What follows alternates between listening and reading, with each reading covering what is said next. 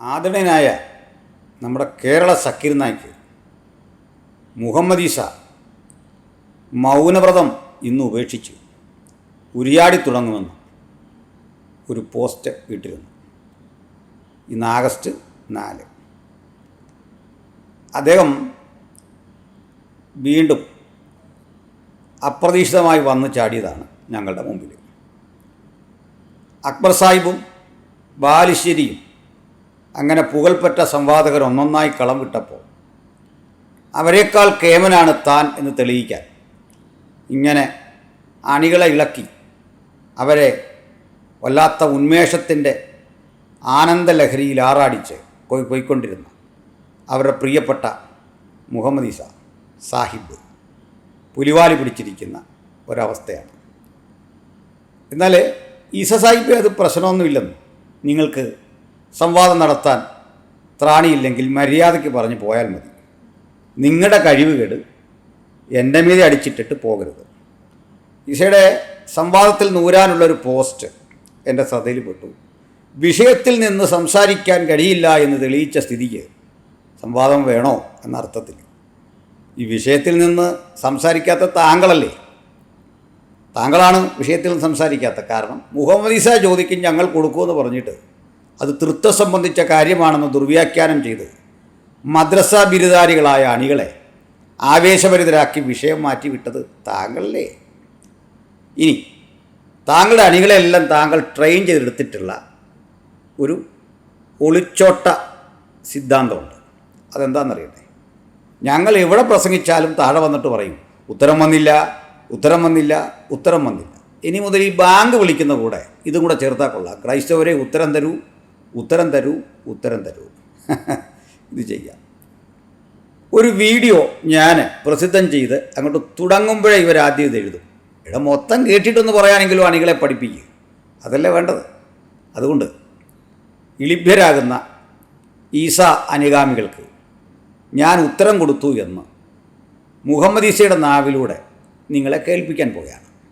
അത് കേട്ടാലെങ്കിലും അല്പമെങ്കിലും ഉളുപ്പുണ്ടെങ്കിലും നിങ്ങൾ ഈസ സാഹിബിനോട് ചോദിക്കും, സാഹിബേ ഇതെന്തിനാണ് പോയി ക്രൈസ്തവരുടെ കയ്യിൽ നിന്ന് ഈ പൊതുരെ തല്ല് വാങ്ങുന്നത്? എത്ര തല്ല് കിട്ടിയാലും നാണമില്ലാത്ത വിധത്തിൽ ഈ തൊക്ക എങ്ങനെയാണ് ഇങ്ങനായത് എന്ന് ചോദിക്കണം. അതുകൊണ്ട് ഈസ സാഹിബിൻ്റെ ആ പ്രമേയം, ആ വീഡിയോ ക്ലിപ്പ് ഒന്ന് കേൾക്കാം. ഇത് ഞാൻ എഡിറ്റ് ചെയ്തതല്ല, അദ്ദേഹത്തിന് തന്നെ വാക്കുകളാണ്. ഇതെനിക്ക് മറ്റൊരു സഹോദരൻ അയച്ചു തന്നാണ്. അദ്ദേഹം ഉത്തരം തന്നു എന്ന് സമ്മതിക്കുന്ന ഒരു ഭാഗം ഒന്ന് കേട്ടു. അവിടുത്തെ ആക്ടിവിറ്റികൾക്ക് ദൈവത്തിൻ്റെ ഉത്തരവാദിത്വം യഹോവ എന്ന പേരുള്ള പുത്രന് ബാധകമാണോ? ബാധകമാണ്. ആരാ പറഞ്ഞല്ലെന്ന്? എന്നാൽ പഴയ നിയമത്തിലെ സംഭവ വികാസങ്ങൾ അതിൽ ദൈവത്തിൻ്റെ അപ്രൂവൽ ഉള്ളതുകൊണ്ട് മനുഷ്യൻ തനിച്ച് ചെയ്തതുണ്ട്. അവയെ വേറിട്ട് കാണേണ്ടതാണ്. അങ്ങനെയെങ്കിൽ അമാലേക്കൈസിനെ കൊല്ലുന്നതുൾപ്പെടെയുള്ള നിരവധി സംഭവങ്ങൾ ബൈബിളിൽ ഇല്ലേ? ഇതിന് യേശുക്രിസ്തുവിന് റെസ്പോൺസിബിലിറ്റി ഉണ്ട്, ദൈവം ഒന്നില്ലേ? തീർച്ചയായിട്ടും. എന്നാൽ എവിടെയാണ് നമുക്ക് അക്കാര്യത്തിൽ മുഹമ്മദിൽ നിന്നും അള്ളാഹുടെ കൊലയിൽ നിന്നും അല്ലെങ്കിൽ മുഹമ്മദിൻ്റെ അതിക്രമങ്ങളിൽ നിന്നൊക്കെ ഇത് വ്യത്യാസമായിരിക്കുന്നത് എന്നൊരു ചോദ്യം ചോദിച്ചാൽ, ഒരു മനുഷ്യൻ എന്തായിരിക്കണം എന്നതിന് മാതൃകായോഗ്യനായി ദൈവം ജഡത്തിൽ വെളിപ്പെട്ട യേശുക്രിസ്തു എന്ന 33 വയസ്സ് വരെ ജീവിച്ചിരുന്ന ആ മഹാനുഭവൻ്റെ ജീവിതത്തിൽ ഇത്തരം കാര്യങ്ങളില്ല എന്ന് യേശുവിൻ്റെ മനുഷ്യത്വത്തെ ആധാരമാക്കിയാണ് ഞങ്ങൾ ചർച്ച ചെയ്തിട്ടുള്ളത്. ദൈവത്തിന് തൻ്റെ സർവാധികാരത്തിൽ ഇത്തരത്തിലുള്ള ഏതൊരാളെയും പിൻവലിക്കാം. ഇനി അമാലേക്കൈസിൻ്റെ അടുത്ത് വരെ പോകണ്ട. കർത്താവ് സത്യദൈവം ഇന്നും മനുഷ്യരെ കൊന്നിട്ടുണ്ട്. സർവശക്തന് ഒരാളെ അവൻ്റെ ഇഷ്ടം പോലെ പിൻവലിക്കാം. ഇതാണ് ഞങ്ങളുടെ വീക്ഷണം. ആ ഉത്തരവും പൂർണ്ണമാണ്. അവിടെ നിർത്തുന്നത്. അതെ, അദ്ദേഹത്തിൻ്റെ ഉത്തരം വളരെ പൂർണ്ണമാണ്. ഞാൻ എന്താണോ എൻ്റെ ആ ചോദ്യത്തിലൂടെ കിട്ടണമെന്ന് ആഗ്രഹിച്ചത് അത് നല്ല വെടിപ്പായിട്ട് പാസ്റ്റർ അനിൽ പറയുന്നുണ്ട്. ഞാനിവിടെ ഉത്തരം കൊടുത്തു എന്ന് മാത്രമല്ല, അദ്ദേഹം ആഗ്രഹിച്ച ഉത്തരം കിട്ടിയെന്ന്. പാസ്റ്റർ അനിൽ ഞാൻ ആഗ്രഹിച്ച ഉത്തരവാണ് തന്നത്. അതുപോലെ ഇനി ഫർദർ ചർച്ചയുണ്ടെങ്കിൽ അതിനല്ലേ ഡിബേറ്റ് ഉള്ളത്, അവിടല്ലേ ചർച്ച വരേണ്ടത്. അതിന് പകരം വീണ്ടും ഒരു ചോദ്യത്തിൽ നിന്ന് മറ്റൊരു ചോദ്യം ഉണ്ടാക്കി, പിന്നെയും പറയാം ഉത്തരം വന്നില്ല, പിന്നെയും പറയാം ഉത്തരം വന്നില്ല. പാവം അങ്ങയുടെ ഗതികേട് ഓർത്ത് ദുഃഖിക്കുകയല്ലാതെ വേറെ വഴിയില്ല. സൺഡേ സ്കൂൾ ക്ലാസ്സിലോ മറ്റെവിടെയോ തൃത്വം മനസ്സിലായില്ല എന്ന ഒരു കാരണമുയർത്തി താങ്കൾ പോയത് യഹോവ സാക്ഷിയിലേക്കല്ല. അവർക്ക് തൃത്വം ഇല്ലായിരുന്നല്ലോ. അല്ലെങ്കിൽ സെബാസ്റ്റ്യൻ പൂനക്കൽ ഫിലിപ്പിൻ്റെ ആ സമൂഹത്തിലും തൃത്വവിശ്വാസം ഇല്ല. തൃത്വവിശ്വാസമില്ലാത്ത എൻ്റെ അറിവിൽ ഇങ്ങനെ 4 പ്രബല സമൂഹങ്ങളുണ്ട്. അതിലേതെങ്കിലുമായിരുന്നു താങ്കൾ ചെന്നിരുന്നെങ്കിൽ അതിലൊരു ന്യായമുണ്ടായിരുന്നു. മറിച്ച് താങ്കൾ പോയത് താങ്കൾ ഇതുവരെയും പഠിച്ചു തീർന്നിട്ടില്ലാത്ത പ്രാഥമികമായ കാര്യങ്ങൾ പോലും അറിയാത്ത ഒരു ചോദ്യത്തിൽ നിന്ന് ഒളിച്ചോടുന്ന ഇസ്ലാമിലേക്കാണ് പോയത്. ഇവിടെ ചെന്നപ്പോഴാണ് മനസ്സിലായത് തൃത്വം മനസ്സിലായില്ല. അതിന് പകരം ചെന്നയിടത്തെ അരക്ഷിതാവസ്ഥ നിങ്ങളെ വല്ലാത്ത ഒരു പരിസ്ഥിതിയിലാക്കിയെന്ന് ഞങ്ങൾക്ക് നന്നായി മനസ്സിലായി. അതുകൊണ്ടാണ് 2 പതിറ്റാണ്ടോളമായിട്ടും ഖുറാനിൽ നിന്ന് ചോദ്യങ്ങൾ ചോദിച്ചാൽ ഉത്തരമില്ലാതെ നേരെ ബൈബിളിലേക്ക് തിരിഞ്ഞിട്ട് അവിടെ ചിന്താക്കുഴപ്പമുണ്ടാക്കാൻ പാകത്തിന് നിങ്ങൾ നിങ്ങളുടേതായി എടുത്ത് വ്യാഖ്യാനിച്ചിട്ട് അണികളെ കൊണ്ട് ഞങ്ങളോട് ആ ചോദ്യത്തിന് ഉത്തരം പറയുമ്പോൾ ഉത്തരം വന്നില്ല. ഇതിനി മുതൽ ഡിറ്റോ ഇട്ട് പോകുന്ന ഈ ഏർപ്പാട് ശിഷ്യഗണങ്ങളെ ഒന്ന് മാറ്റിപ്പിടിക്കാൻ പറയണം. അള്ളാഹു തന്ത്രജ്ഞനാണല്ലോ, ഈസയും തന്ത്രജ്ഞനാണ്. കാലോചിതമായി തന്ത്രങ്ങൾ മാറ്റിയെടുക്കുന്നില്ലെങ്കിലും നിങ്ങൾക്ക് ഒരു അപ്ഡേഷൻ വേണ്ടേ? അതുകൊണ്ട് ഒരു 3 ചോദ്യം എന്നോട് ചോദിച്ചു. ആ ചോദ്യത്തിന് ഞാൻ ഉത്തരവും കൊടുത്തു. അതിൽ നിന്ന് പിറക്കുന്ന പുതിയ ചോദ്യങ്ങളാണ് പ്രമേയമെങ്കിൽ അതെങ്ങനെയാണ് നമുക്ക് ഇരുന്ന് സംസാരിക്കണ്ടേ? നിങ്ങൾ ചോദിച്ച 3 ചോദ്യങ്ങൾ, ആ 3 ചോദ്യത്തിനും നിങ്ങൾ ആഗ്രഹിച്ച ഉത്തരം. അതിലെ ഒരു ഉദാഹരണമാണിപ്പോൾ കണ്ടത്. പഴയ നിയമത്തിൽ പറയുന്ന യഹോവയും പുതിയ നിയമത്തിൽ പറയുന്ന യേശു ക്രിസ്തു ഒരാളാണോ?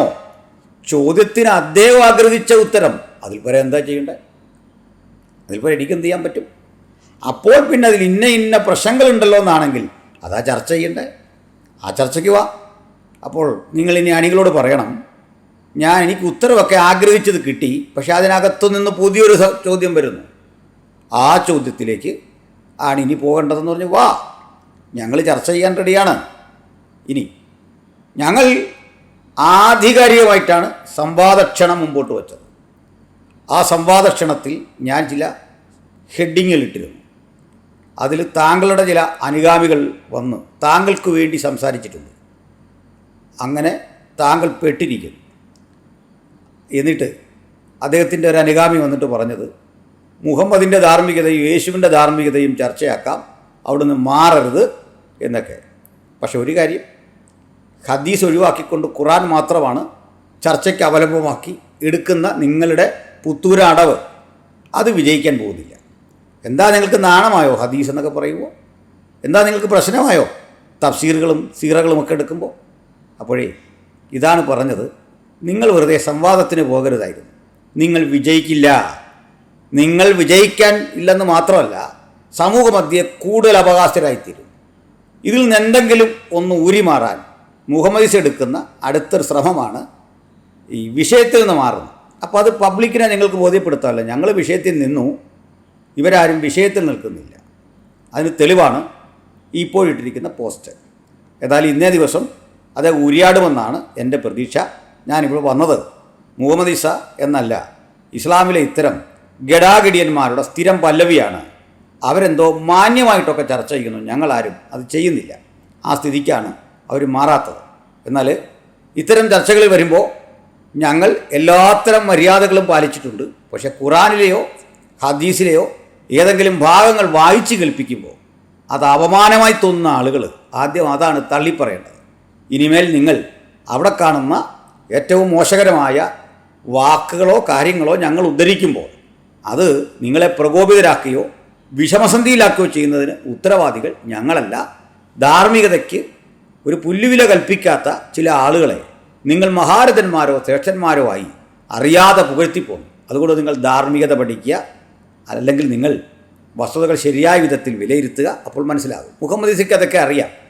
അദ്ദേഹം അക്കാര്യത്തിൽ വളരെ പ്രഗത്ഭനും കഴിവുള്ളയാളുമൊക്കെ തന്നെയാണ്. പക്ഷേ പ്രശ്നം തൃത്വം മനസ്സിലാവുന്നില്ല എന്ന് പറഞ്ഞ് ഓടിപ്പോയ ആൾ ചെന്നുപെട്ട ഇടത്തെ സംഭവവികാസങ്ങൾ ഇന്ന് അദ്ദേഹത്തെ ലജ്ജിതനാക്കുന്നു. ആത്മാഭിമാനത്തോടെ അദ്ദേഹം എത്തിയ സ്ഥലത്തെക്കുറിച്ച് പറയാൻ അദ്ദേഹത്തിന് തോന്നാത്തത് കൊണ്ട് അവരന്മാർ തങ്ങളെ പിന്നാലെ വരുന്ന ഞങ്ങളൊക്കെ അവരെ കളിയാക്കുന്നു, തെറി പറയുന്നു. മാന്യമായി സമ്പാദിക്കാൻ അറിഞ്ഞുകൂടാ. സുഹൃത്തെ, ഞങ്ങൾ നിങ്ങളുടെ കിതാബിലെ കാര്യങ്ങൾ വിളിച്ചു പറയുമ്പോൾ എങ്ങനെയാണ് അത് മാന്യമല്ലാതാകുന്നതെന്ന് കൂടി പറയാമോ? ലോജിക്കിൻ്റെ, യുക്തിയുടെ ഏത് നിയമം വെച്ചാണ് ഞങ്ങൾ പറയുന്നത് തെറ്റാണെന്ന് നിങ്ങൾ പറയുക? അതുകൊണ്ട് ഞാൻ ഈ വീഡിയോ നീട്ടുന്നില്ല. കാരണം ഇന്നേ ദിവസം മുഹമ്മദിസക്കാണല്ലോ കൂടുതൽ സംസാരിക്കാനുള്ളത്. ഏതായാലും ഞാൻ ഇതുകൊണ്ട് ഉദ്ദേശിച്ചത്രേ ഉള്ളൂ. ഞാൻ ഉത്തരം കൊടുക്കുന്നില്ല എന്ന് പറയുന്ന ഈ പ്രിയപ്പെട്ട ജിഹാദി കുഞ്ഞുങ്ങൾക്ക് ഒരു ചെറിയ ബോധം, ഒരു ചെറിയ പരിജ്ഞാനമെങ്കിലും ഉണ്ടാകാൻ ഇപ്പോൾ മുഹമ്മദീസ പറഞ്ഞ ഈ ക്ലിപ്പ് കാരണമാകട്ടെ. അങ്ങനെയെങ്കിലും നിങ്ങളുടെ മനസ്സൊന്ന് തണുക്കട്ടെ. ഉത്തരം കൊടുത്തു കഴിയുമ്പോൾ കരഞ്ഞിട്ട് കാര്യമില്ല, ഇനി വരുന്നുണ്ട് പിന്നാലെ. ഇനി നിങ്ങൾ സംവാദത്തിന് വന്നാലും ഇല്ലെങ്കിലും നിങ്ങളുടെ കാര്യം അതോ ഗതിയാണ്. മനസ്സിലായില്ലേ? അതോ ഗതി. അതിൻ്റെ അർത്ഥം നിങ്ങൾ ചുമക്കുന്നവൻ്റെ ഗതികേട് അത്ര വലുതാണെന്ന് സമൂഹത്തിന് ഇതിനകം മനസ്സിലായി കഴിഞ്ഞു.